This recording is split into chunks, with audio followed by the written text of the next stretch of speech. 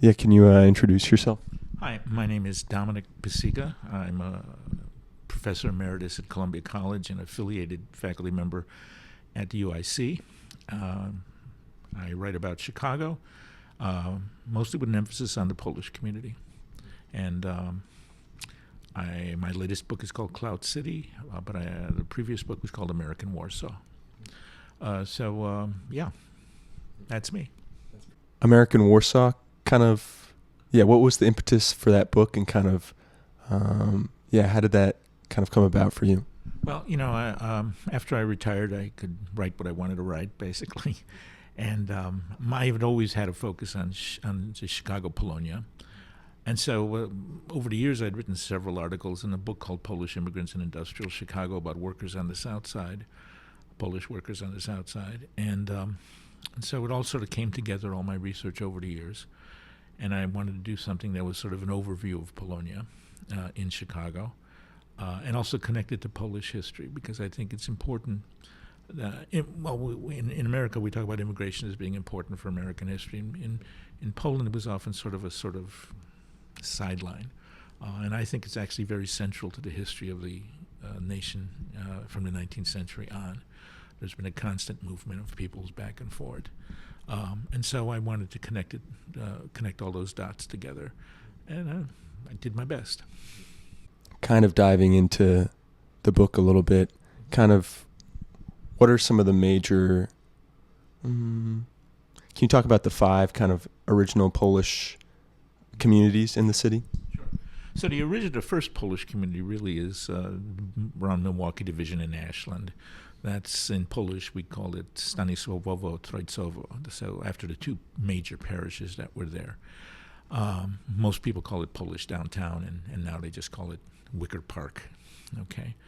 The next ones to develop were really at Pilsen, around 17th and Wood Street, and then Bridgeport, back at the Yards, and South Chicago. These all revolved around industries. The northwest side communities around the industries along the river, tanneries, Schwinn Bicycle Works, others. And of course, Bridgeport and back of the Yards around the Union Stockyard, and the steel mills in South Chicago, and then later in Hegewisch as well. Yeah. So these communities developed rather early, and they developed around industry. Poles were basically brought in as unskilled workers in slaughterhouses, tanneries, steel mills, other kinds of manufacturing. And eventually they climbed the ladder into the 1940s and 50s. We started seeing more Poles going to university, things like that, Polish Americans going to university. And there were various different kinds of waves of immigration. The first big wave is what we call in Polish za chlebem, which means for bread, so it's an economic migration. That lasts from 1850 till about 1924. Then you have the post-World War II, or the displaced person migration, which is also reasonably large, not as large as Zachlebem. And then you have the solidarity migration. So those are the 3 major migrations. In between, there are smaller jetsons of people coming in and back and forth, but those are the 3 major ones. And they always first settle in these same original 5 neighborhoods, and then move out towards the, up and down Milwaukee Avenue, up and down Archer Avenue, up and down shoot out the steel mill district, and even into northwest Indiana. So that migration has been pretty constant until recently, until the beginning of the 21st century, when it's basically been cut off because Poland is now part of the EU. There's no need to come to the United States to work. They can work anywhere in Europe. So, for instance, when I was in Sicily, my wife is of Sicilian extraction. I remember sitting in a cafe on a pleasant little plaza having a glass of wine while my wife and my children were off someplace. And I heard Polish all around me. And later I found out that there were some 20 to 50,000 Poles in Sicily. Many of them working construction, many of them working on oil rigs in the Mediterranean. And so there's no longer a great need to come to the United States. And also it's expensive to get a permanent visa, and, there was a big jump in Polish migration with the Solidarity movement. Really was what we called vacationers, people who came in on a vacation visa and stayed permanently. You can go into an underground economy. You work as a bartender, construction. I talked to one friend of mine. I said, "How long have you been on vacation?" He said, 28 years, So, illegal immigration is nothing new. My grandfather came in illegally in the 1900s. So, it's been a constant. But people settle and they create community and they create sense of economic benefits for themselves and for the nation as a whole. So these migrations have been sort of constant, but now they're sort of cut off. And you can see it in Polonia. Polonia seems to be dwindling. And, at one point in Chicago, we had 4 congressmen in the U.S. Congress, right? We had 14 aldermen in the city council. There's none now, So what's happened? Polonia has moved to the suburbs. And when it moves to the suburbs, it's diluted among many municipalities, right? So when people say to me, "How can we save St. Adalbert's?" I say, "Move back into the city." They say, "Well, we can't do that." I say, "Well, there you are. If you can't move back into the city, you can't save St. Adalbert's or any of the other." At one time, there were 60 Polish Catholic churches in the city and the suburbs. Today, there are quite a bit fewer. In the neighborhood I grew up, there were 3. There was one in McKinley Park and 2 in Bridgeport.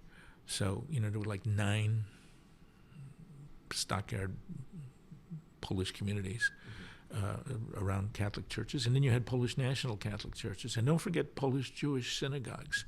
The majority of Poles in Chicago, majority of Polish Jews in Chicago, I should say the majority of Jews in Chicago were Polish Jews and Lithuanian Jews. So it's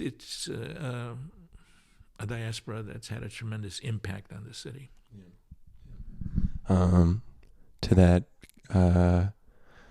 To the parish point of view, I live around the corner from St. Hyacinth in Avondale, and when I go to Sunday Mass, it's the soaring cathedral, beautiful, beautiful, and even on a Sunday 8 a.m. Mass, there's maybe 20 to 30 parishioners.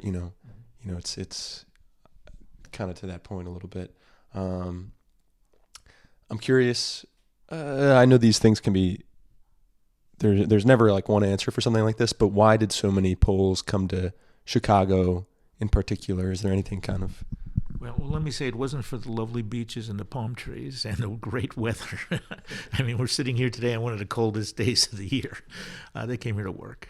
They came to work, and Chicago was expanding in the 19th century. The industrial base of Chicago was just booming. The stockyards where, over a period of time, over 1 billion head of livestock were processed. The steel mills that ran from 79th Street and wrapped around the lake into Indiana. The garment factory. There were actually 40,000 garment factory workers in Chicago at one time. Everybody thinks New York is the center, but for ready-to-wear clothing in the 19th and early 20th century, Chicago was the center. Not for high fashion, but for ready-to-wear stuff. Then you had all these other industries. Chicago's economy was very multi-layered, unlike Detroit, which was primarily automobiles, or Pittsburgh, which was primarily steel. Chicago had many different industries. Many of the men and women worked at Western Electric in Cicero and lived in the city, but commuted out there.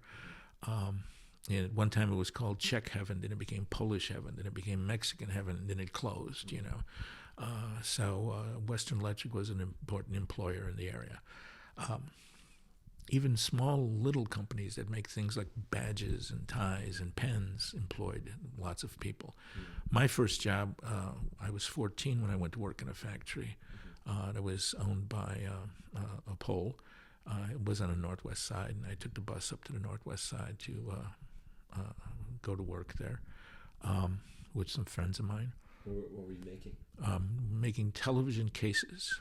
They were made out of metal at the time, So my job was to take the frame for the screen off of one assembly line and put it on another. That was my job all day long.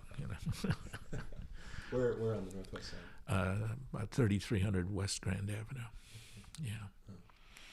So it's like kind of close to Humboldt Park, kind of. Yeah, somewhere out that way. Yeah. Okay, so yeah, transitioning into kind of that. What was it like for you? What did it mean to grow up Polish in Chicago for you? And kind of, yeah, how was your experience as a Pole, kind of distinct from other people's experiences around you? Well, I grew up in a very Polish parish and went to a parochial school, Sacred Heart, at 46th and Walcott. It's closed. It was one of the first to close in 1990. I grew up in that parish. It was very much not only a Polish parish, but often a Polish Highlander parish. We were many of us were górale from the highlands, the mountains, Tatra Mountains in southern Poland. So it was very much, in some ways, a very communal experience. I'm third generation, so my parents were born here. They grew up and went to Sacred Heart. I went to Sacred Heart. My brother, for a while, went to Sacred Heart. My cousins all went to Sacred Heart. I mean, so it was very much kind of communal neighborhood. There were lots of other people in the neighborhood that weren't Polish. There were Lithuanians and Mexicans, Irish and Germans and Czechs and others. There were 14 Catholic churches in 2 square miles, so it was better than Rome in some ways. Back when I was a kid, we could do, before Vatican II especially, they used to do the 7 churches on a Holy Thursday, a sort of pilgrimage. Well, you could do that in the neighborhood just walking around, so it was, pretty easy. Excuse me, I would do it with my mother. Let me take a... Sorry, I sometimes lose my voice. So I grew up in that kind of a neighborhood. My grandmother was still alive, and as I was growing up, and she said to me, if you want to eat, you have to ask in Polish. So I learned a little Polish, and I spoke the local dialect, po chicagosku, which is sort of an amalgam of English and Polish, and in my neighborhood, some Highlander words too, because the Polish Highlander dialect is very different in many ways from Polish. But I grew up in a world where, the stores were often owned by Polish Jews. Meyer Brothers, Goldblatt's. I remember the little grocery store on the corner where they would talk to me in Polish because my grandmother spoke Polish,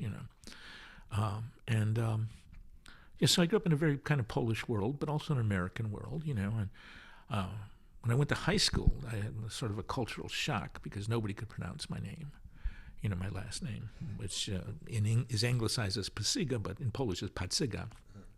And back at the yards, even Mexican kids called me Pacyga. I mean, they just did automatically because that's what everybody called me. But I went to De La Salle at 35th and Wabash. It was mostly an Irish and multi-ethnic, but the Christian brothers were mostly Irish. They were from the French Christian brothers, but most of those brothers were of Irish descent. I was called Paycheck. I was called Pacyga. I was called Pacyga. Then somebody would just say, "Oh, to hell, who's Dominic?" And so I would raise my hand. So it was a sort of a different kind of cultural class. There was much more involvement. And you were going to Sacred Heart Grammar School all up until high school? Right, yeah. I went to Sacred Heart Grammar School all through high school, just as my parents did. Yeah. And played in Davis Square Park, which was where my parents played, and my father was a baseball player there. Yeah. I grew up in a family that was, of course, shaped by World War II. My father was a highly decorated soldier. He had 2 Purple Hearts, 2 Bronze Stars, and a Silver Star. Right. And he was voted outstanding soldier in his battalion. Right. And he came home, and actually, before the war, he was being scouted by the St. Louis Cardinals. Really? And they were about to offer him a contract, and then Pearl Harbor happened. Wow. And he didn't get out of the Army for 5 more years, 4 more years. When he came out, they said, "Joe, you're too old." So he went back to the factories, And what factory did he work in? He worked at Western Electric, both in the city and in Cicero. Mm-hmm. And my mother worked for Armour and Company in the stockyards, and then worked on B-29 bomber parts during the war. Right. and then she worked in some other small manufacturing plants later on. Mostly she was a housewife. So yeah, it was a very tight neighborhood in that kind of way. And like I said, when going to De La Salle was sort of a cultural shock. And of course, De La Salle is the home of 5 mayors of the city of Chicago and of political clout. And that's actually, there's a chapter in my book all about De La Salle, because I write about clout and the political machine. So that was a big difference. And then going to UIC widened my experience even more, And then I stayed at UIC for from 1971 till 1981 because I did my BA, my MA, and my PhD there. And just stayed. And it's sort of became between De La Salle and UIC, sort of became my intellectual home. Yeah. So it was a long journey, but here we are talking about Polonia. Wait, what was your dissertation about? It was Polish immigrants in steel and meat packing, which became Polish Immigrants and Industrial Chicago, the book I put out in 1991, and it was reissued by the University of Chicago Press in 2003, I believe.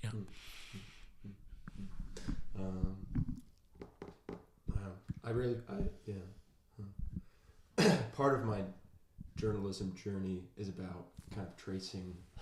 I don't know if this is what your work. It sounds like your work is kind of about this a little bit, but just tracing. I don't know the intersections that my family had with American history and stuff like that. Sure. And a lot of my grandparents were immigrants who worked in factories and belonged to this time that is very different from the time we live in now. Sure. And kind of making sense of that and tracing which lines have survived and which lines have been lost is kind of. I just kind of. I see. Well, I think I do in many ways. I do the same thing. My family have always been players on a stage of Chicago in the United States. Maybe not big players, just walk-on parts, but they were there for various things, and I have been too. So I think when I was in graduate school and even in undergraduate school and even in high school, I always wondered why we weren't mentioned in history books. Why weren't these immigrant communities more explored? Where we learned the basics of U.S. history, but we didn't learn much about our experience or about the Black African American experience. And then when we went to graduate school in the 70s, that was beginning to change. There was sort of first there were Black studies, and then there were more ethnic studies, and we began, many of us in graduate school at that time began to sort of look at the situations, how did our families, how did our ethnic groups, interact with the rest of the country. So we sort of changed history to social history. And I think I was part of that, I think I told you earlier I'm writing a memoir now about growing up in back of the yards, working in the stockyards and going to UIC, et cetera. So, I think it was important to incorporate those people into history. So I've always tried to do that when I write, especially about Chicago. I always bring up the Poles or Lithuanians. I bring up Jews. I bring up, of course, African American people, because I think those people that have been ignored by history. And by the way, I don't want to get political here, but history is being sort of attacked and sanitized today in the United States, and I find that obnoxious. They would forget millions and millions of people so that you feel better about yourself. There's no reason to feel bad about yourself, but there's no reason to feel, excited about it either. Anyway, so, but I've been teaching, I taught history for over 40 years, and I tried to incorporate all these people into my classroom as well. I think it's important. In the history books when I was growing up, and even at the beginning of graduate school, the working class was sort of just, yes, there were workers or there was a strike, but nothing really getting into the idea of the working class and how it impacted on the country. Frankly, it made the country.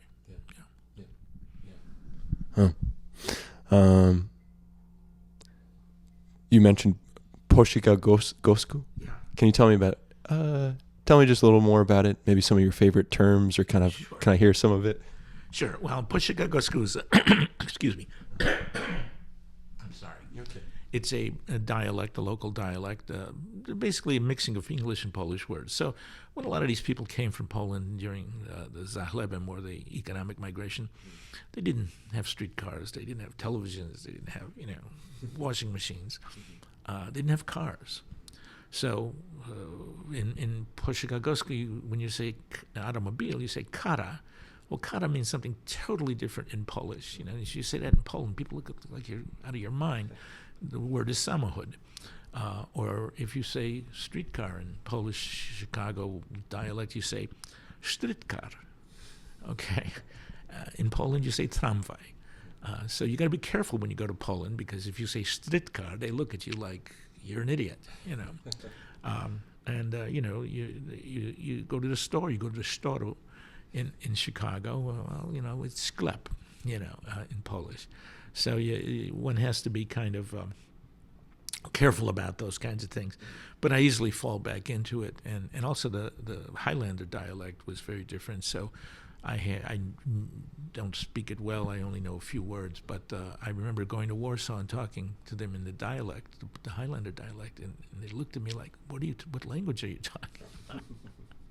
So so you got to be careful about those things. But Poshikagosku's, it's like Spanglais, right? Where you take Spanish and English words, you sort of mix them together. So it's the same basic kind of thing. I know that when after World War II, displaced persons came. They were a much more educated class. They, of course, had grown up in modern Poland, and that had been destroyed by the Nazis and later occupied by the Soviets. They insisted on speaking proper Polish. And so I know of one family that came, and they were looking for the Polish National Alliance, and somebody told them in Chicago, na drugi blaka, tam na konerze jest ten PNA. Okay, so that would, na konerze, it means nothing in Polish, but it means on the corner in Poshikagosku. Well, now, there's a different word for that in Polish, rahu.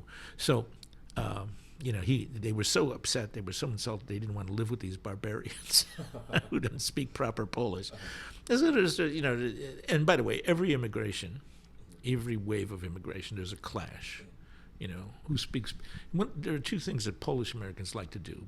They like to have parades, and they like to argue with each other about who's a better Pole. So this is a constant. So each one of these migrations have conflicted with the earlier migration. And Poshikagosku is one of those conflicts. And then their kids grow up talking Poshikagosku.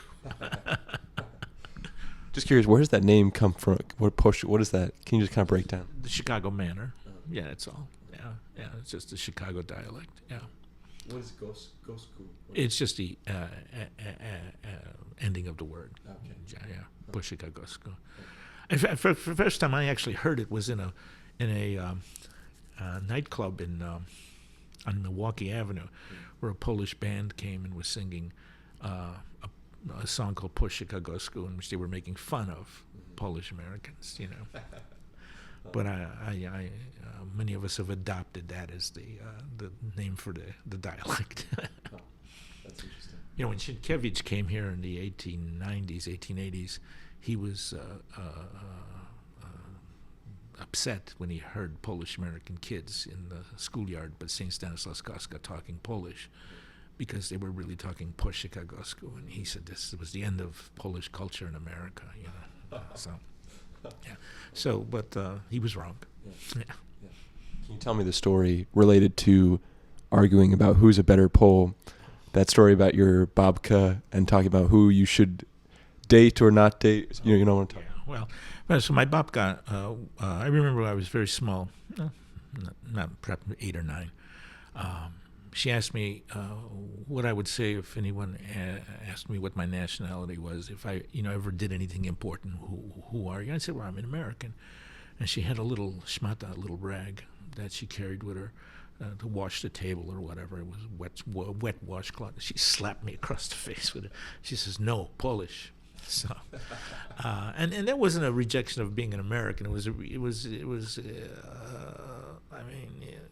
her children had fought in 2 wars, and it wasn't a rejection of being American. It was a sort of signification of being Polish and American, and my grandmother actually asked me one time when I was a little older, and I was dating. She told me not to date a North Side Polish girl, and I said, "Why, Babka?" She says, "Well, because they're not really Polish. We're really Polish on the South Side." Well, what she meant was the Górale were really Polish, and she said, "Better you should marry a Slovak. They understand us better." Well, I always said to my family, climbed up on the mountains, the Tatra Mountains. Half of them got drunk. They all got drunk. Half of them fell on the Slovak side, and the other half fell on the Polish side. So, yeah, because Slovak is very close to the Polish Highlander dialect. So I didn't marry till they were all dead. But yeah, it was an interesting way to grow up. Yeah. Okay, I'm trying to think. So what?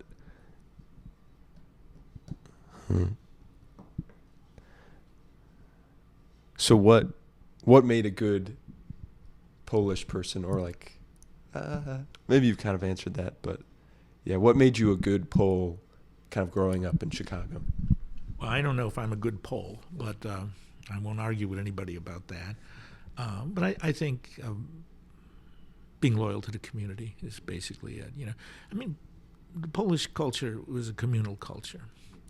The individual was important, but the individual's obligations to the larger community is more important. So you do for the larger community.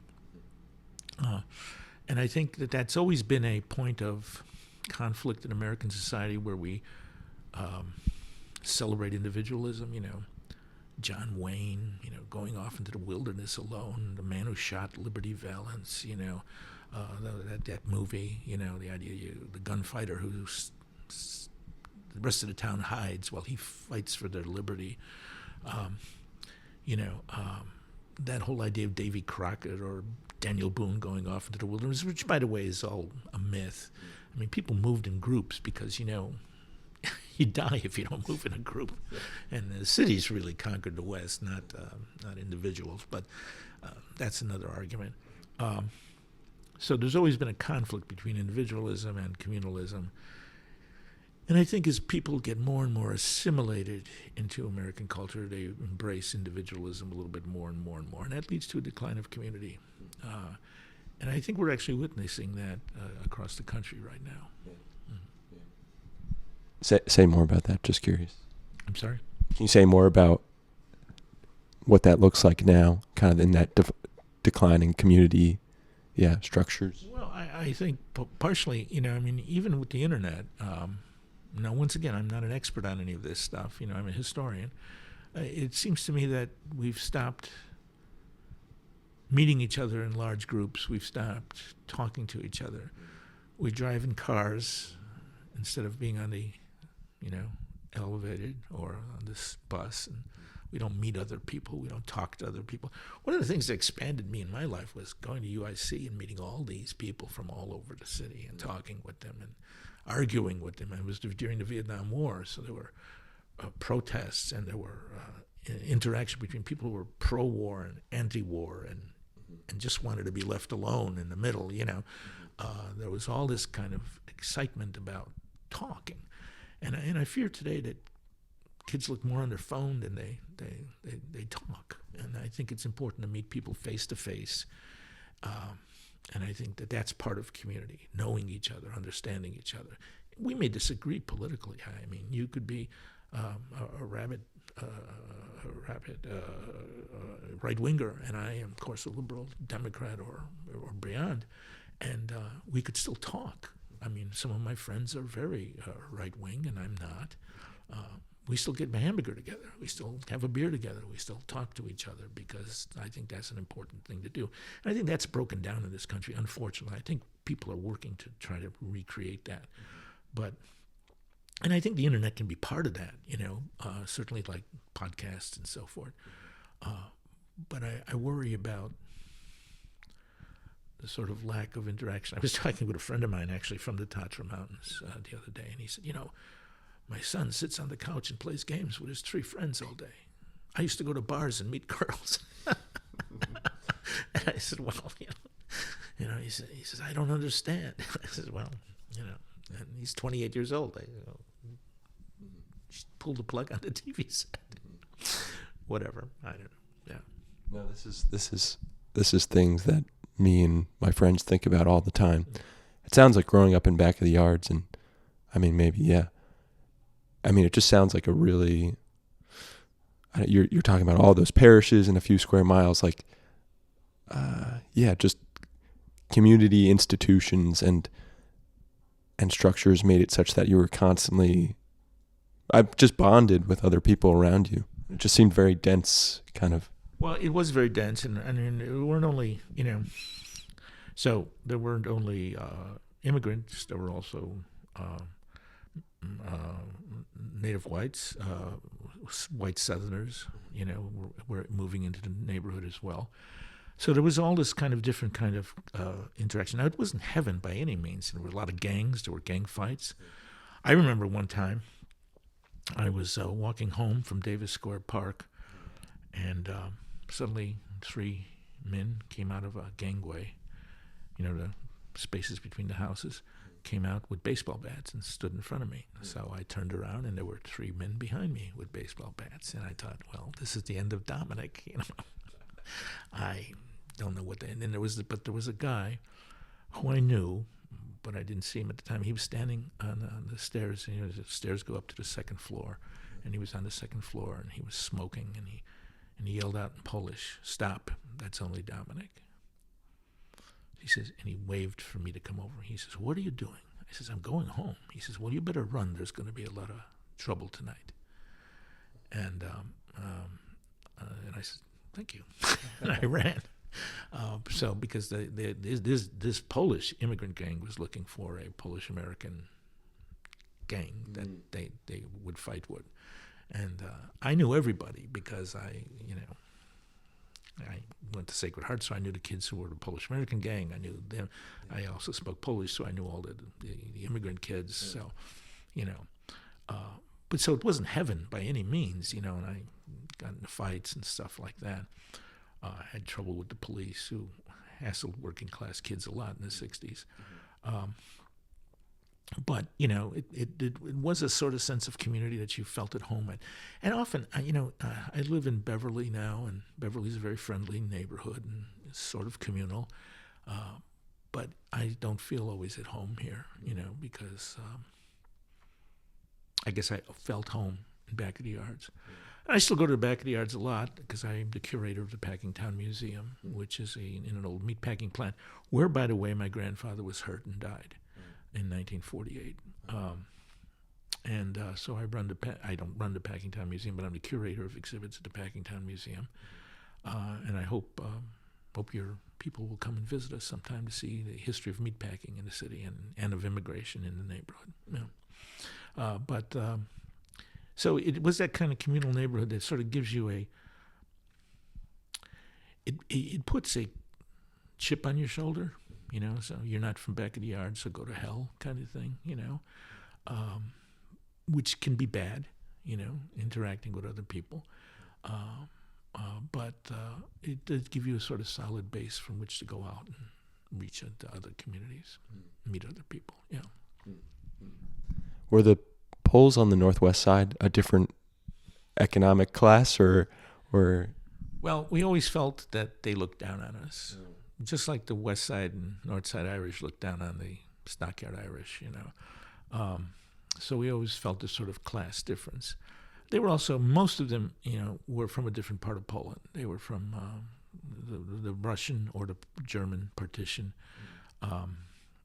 That's where the major fraternal organizations were located. So we used to think that they thought they were better than us, So I didn't go to Milwaukee Division in Ashland until I was in my 20s, and I got a job working with Polish American Congress Charitable Foundation. So I never went to the Humboldt Park parades, to the May 3rd parades. Now I've been to many, but when I was a kid, we never went up there. We had our own parades. We had our own culture. We had a Polish library just a few blocks from me, run by an organization. There was no reason to go up north except if we went to Cubs Park, and that wasn't anywhere close to Milwaukee Division in Ashland. So, that eventually changed for me because I, began to work for the Polish American Congress, and then expanded my vision of Polonia too. I did in the 1970s, I did a study of poverty in the Polish downtown, or Polonia Triangle. And then later I did a study of, for the Polish American Congress, a study of participation in professional schools, dental, law, and medical in the city of Polish Americans. And, so I began to interact more with the Polish American Congress.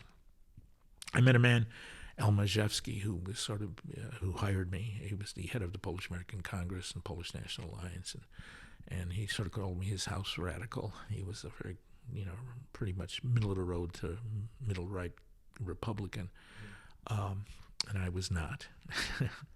And so he called me his house radical, but he always we interact with each other. We I think we both liked each other and admired each other, or at least I admired him. And so we hit it off, and I worked with him for several years, and met people who I would not have met otherwise in the Polish community. And that expanded my view, and that eventually led to American Warsaw. One of the reasons I wrote American Warsaw, in 1980, I was at a conference in Toronto. I was in graduate school. It was the end of my graduate school career. I received my degree in 81. So it was the fall of 1980, and we were in Toronto for a conference on Polish diaspora in North America at the University of Toronto. And I was a friend of a man who would become a good friend of mine, Grzegorz Babinski. He was a sociologist. He's now retired. He lives in Krakow. And we were doing what historians often do, passing a bottle of vodka around and drinking and singing Polish songs. And some of them I knew a bunch of sort of military polkas that I would sing, or recite a poem in Polish. And Babinski said to me after a few slugs of vodka, he says, "Dominic, you know you're not Polish, right?" And it was like a slap in the face.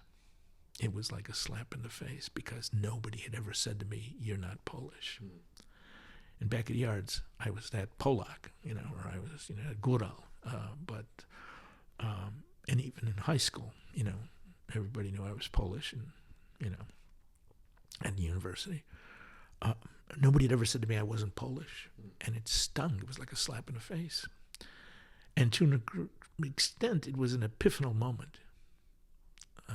It was sort of like in Japanese, there's this idea of a satori, which is a slap in the face. It means, but for us, the word is epiphany, right? And I remember this bothered me for years and years. And so one of the reasons I wrote American Warsaw was to see who is Polish. What is the definition of being Polish? And I found that this argument goes on for 150 years in Chicago. Who's really Polish? And there are various ways of defining that. Look, we're white people. We can change our name. We can change our name to Jones. I often kid that I'm going to change my name to John Worthington Smith III and just disappear.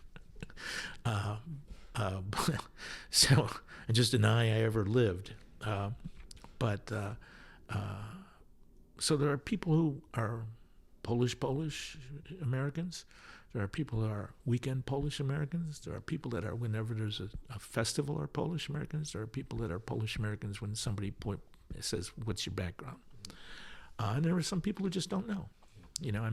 As a country, we tend to lose our roots. We tend to forget. Parents don't want you to learn your grandfather's language because you're an American now. That kind of stuff. That was not true in my family, but in many other families I knew it was. The idea was, oh, you don't need that. You speak English, And that's one of the problems with Americans. They don't speak but one language. I mean, Europeans speak 3, 4, 5 languages and can, travel all around. Well, we don't, because no, we're going to just do this. And that's part of being a new country. And it's still a new country even after 250 years. So where am I going with this, actually? Off on a tangent. But it was important for me to self-define myself. Yeah. And what kind of Polish were you, or something like that? Well, I guess I'm a Polish American who is very interested in his heritage and speaks Polish poorly, but he speaks Polish, and reads Polish. And is interested in Polonia, but also interested in Polish history. So I guess I'm a Polish American, Yeah. Polonia, I mean, you've touched on it, but Polonia today in Chicagoland, kind of, what's the state of things, and what traditions do you feel like have prevailed, and what institutions do you feel like are doing work to kind of keep people connected? Well, the fraternal organizations are keeping the ball rolling. But I tell you, Polonia in the United States is declining, basically because we've been cut off, basically. When I was in Poland, I believe there were 13 buses a day from Poznan to Brussels. So you could work in Belgium. You could come home on the weekend and visit grandma, right? You can go back and forth. You can keep up a relationship, long distance. And, now with Zoom and all these things, you can talk to people constantly. So it's all changed. But coming to America no longer makes much sense for these people because, to come in and get a permanent status here, to work is difficult, and being made actually more difficult as we speak. So why? You can go to Italy. All the construction companies in Italy are filled with Poles. I was walking down the street in Paris back in 1982. When my wife was doing research. She was a French historian in Paris, and I was there visiting her. We were engaged at the time, and we went to a Polish church near the Sorbonne. And people would come up to me and start talking to me in Polish right away. Even when I was walking down the street in a very un-Polish part of town, if there was a Polish immigrant, they would stop me and start talking to me in Polish. And my wife would say, why? You're dressed like an American, you walk like an American, you talk like an American. I says, it's my nose. And they could spot me a mile away. I mean, there was something about my face. They knew I could speak Polish, and so they would come up to me. I remember one young boy coming up to me and said, "Can you help me find a job?" I said, I couldn't help him find a job. I was a tourist in the area, We lived in Paris one summer, and the same things happened. Poles would come up to me and start talking to me, and Czechs also. So I guess the Slavic nose is the what we're talking about.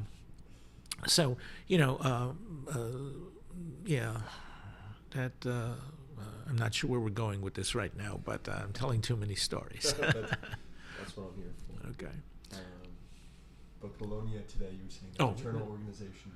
Yeah, so fraternal organizations are maintaining the culture as much as they can, especially, a group that I'm especially fond of, the Polish Highlanders Alliance of North America, Związek Podhalan Północnej w Ameryce, on Archer Avenue. They maintain very high standard of traditional dance and music and culture. There are the Polish Saturday schools for newer immigrant kids who come and they, improve their Polish. Most of the Polish parishes have declined.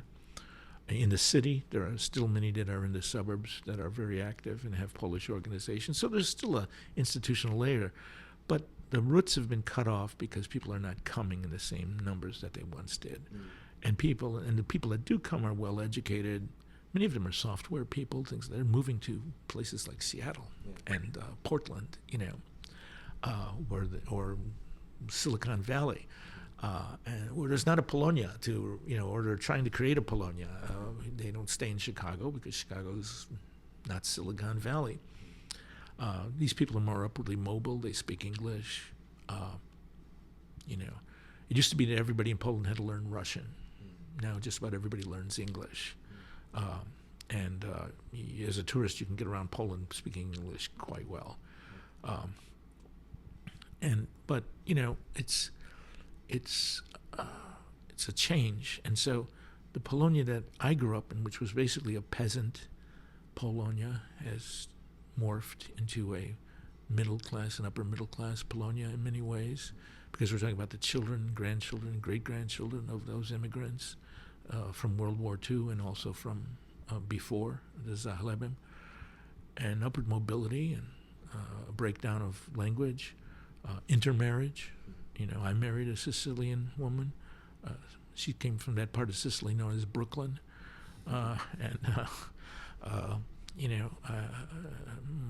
children have intermarried with other people. They maintain much of the Polish traditions, but one of the traditions that we maintain as a family is the breaking of opłatki on Christmas Eve. We have the traditional świeconka for Easter. We have Polish folk art all over the place because I keep bringing it back. My whole family's moved, has gone to Poland several times, all the girls and my wife and I. And I lived in Krakow for a year as a Fulbright scholar. But so we try to maintain that kind of thing, but it's very difficult. I mean, American culture is very attractive, right? I mean, I was in Hanoi, and there were people wearing New York Yankee hats on the street. In Hanoi, people are wearing New York Yankee hats, and in Saigon. I was there on university business. And, so you see this all over the world. It's very attractive, Everybody knows who Beyonce is. Everybody knows, music and culture and rap. I mean, in Poland, people are rapping. I don't know why.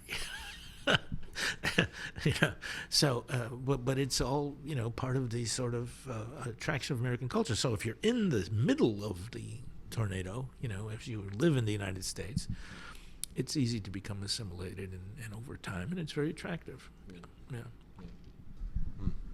All right, I'm gonna wrap up in a second, but I did kind of want to, maybe in the tradition of psychotherapy, or I was kind of curious if you could do like just kind of a free association or just like a word bubble of like growing up Polish in Chicago.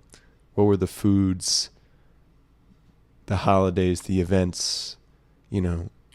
that the churches, like what, so just those proper nouns that kind of, spark people's memory. Well, the first thing that sparks my memory is my babka's green kitchen, because that was the center of Polonia as far as I was concerned. Then, of course, our church, Sacred Heart, and I was an altar boy, a ministrant, and we had, Gorzkie Żale, which is the sort of Easter devotion. We also had Mass later in Polish. And so, those became important. Holidays, of course, Christmas Eve was important. In my grandmother's house, we had a traditional Vigilia, and Easter, also very important, and birthdays. So those were sort of traditional kinds of things that took place in our family. I remember very distinctly my grandmother's, 3 of her children still lived with her. They were single adults. My uncle, who had been badly wounded in Korea, played the piano, as did my aunt. And they had a piano. He had bought a piano at one point, and I remember them playing Chopin, on the piano. Polish music. I mean, one of the things I remember very well is the Polish radio. Father Justin's Holy Hour. Marysia Data would wake me up every morning when I stayed with my grandmother, as I would sleep over there. So she'd turn the radio on with Marysia Data's yodel in the morning. That would wake me up. And so it was, like I say, a very Polish world in a lot of ways. I mean, the church was really important. The school, we learned Polish, not very often, but once or twice a month, the nuns would teach us a little Polish. Interacting with immigrants, more recent immigrants, there was a sort of little bubble of people that came in the late 60s, early 70s. The late 50s, the early 60s. From Poland. It became among my best friends, Bruno Pęksa, John Komosa, this guy named Andrzej, and Chester Komosa.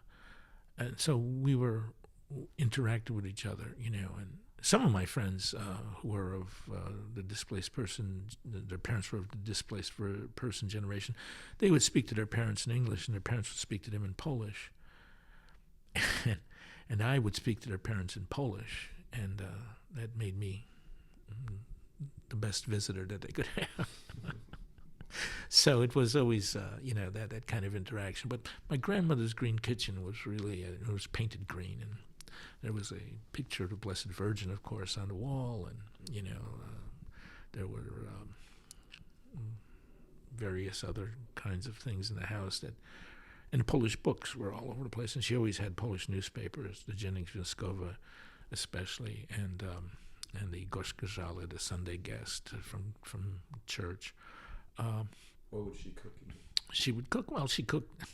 I was a rather peculiar child. I didn't like anything, but she made a really good soup, as I recall, and we had thick rye bread, and we had pastries from the local bakers. And the local bakeries in backyards they were multi-ethnic, so the best bread came from the Lithuanian bakery, Retina's.